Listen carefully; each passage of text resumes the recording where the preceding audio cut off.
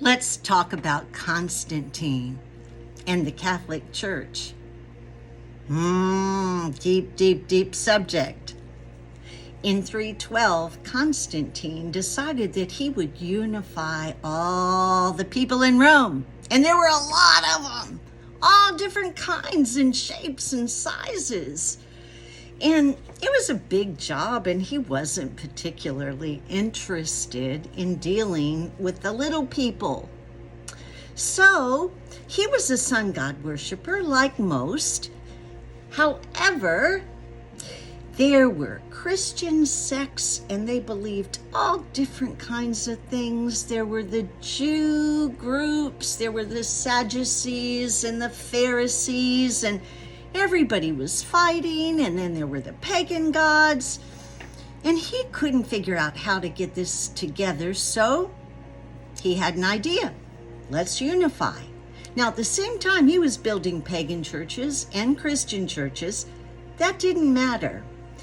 The key was that he would unify the people however he had to do it. He came up with a plan. This plan would name the emperor, Constantine's family, as the Pontifex Maximus, which meant that he was the supreme priest. And he would stay that way until he died. Pagan deities were the problem. Not the Christians' belief, but the fact that they would not join hands and worship the pagans. Hey, look, the pagans are going to worship your guy.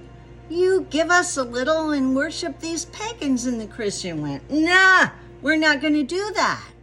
Okay, so what happened? Made a big change. So now the people are martyred in the name of Christianity instead of just plain martyred or killed for being disobedient. Crazy stuff, this history. So now the pagans were replaced by the word saint. Now, instead of pagan gods all over the place wreaking havoc, we've got saints. And now when someone gets martyred, they can get martyred for the church. Isn't that more honorable? Of course it is. So Roman Lupercalia was one of their festivities, and they changed it. It used to be the Feast of Purification for Isis, a past savior. Now it became the Feast of the Nativity. Saturnalia, our Halloween, was Old Souls Day now. Now,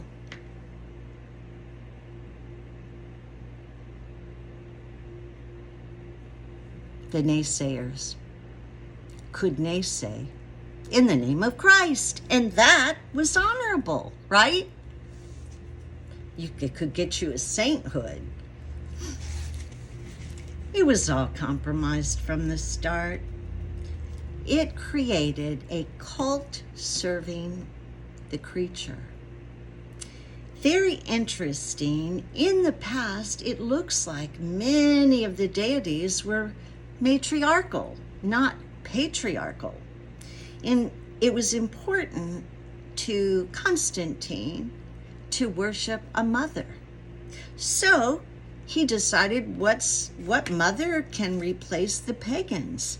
I got it. Let's call up Jesus's mama, and we'll make her Mother Mary. That'll be it. And Catholics are gonna find a lot of deity in Mother Mary. That became their goal. Let's see where I am here. So in 431 AD, Jesus' mother, Mary, became the official doctrine of the church at the Council of Ephesus, the great mother of paganism. Even the heathens were ashamed of the popes. They were so bad. They could do anything. They were guilty of murder, perjury, idolatry, magic, infidelity, and unnatural immorality. Rome was anything but a holy city. If there's a hell, it was in Rome. Pagan popes existed, but no Christian popes until 312 AD with Constantine. In 386, the priests were allowed to be married, but they couldn't have sexual intercourse, and that was a problem. So the priests became lewd and not the nicest people. Well, what are we going to do about that? The priesthood had done considerable damage. The doctrine said man and wife will become one flesh. Yet the Roman Catholic Church said they forbade priests to marry. So what were they going to do that? What were they going to do? Catholicism was nothing but a doctrine of devils. Trust me.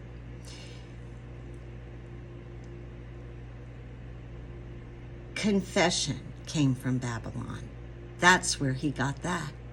And if you want to know the truth and look at it, and I won't go into all the background of the Janus and the pagan god of the doors and all that, but it's important to remember that this adoration of a mother and the adoration of a father is actually the Antichrist. The dogma are doctrines of devil. It's not a true church, but a false cult. Roman Catholicism is Babylonian paganism that's been whitewashed. That's all.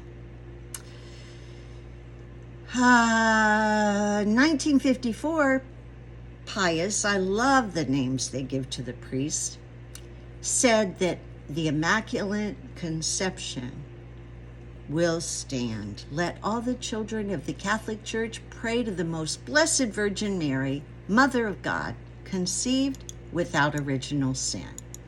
And that's where we are with Catholicism. It's a bunch of bunk.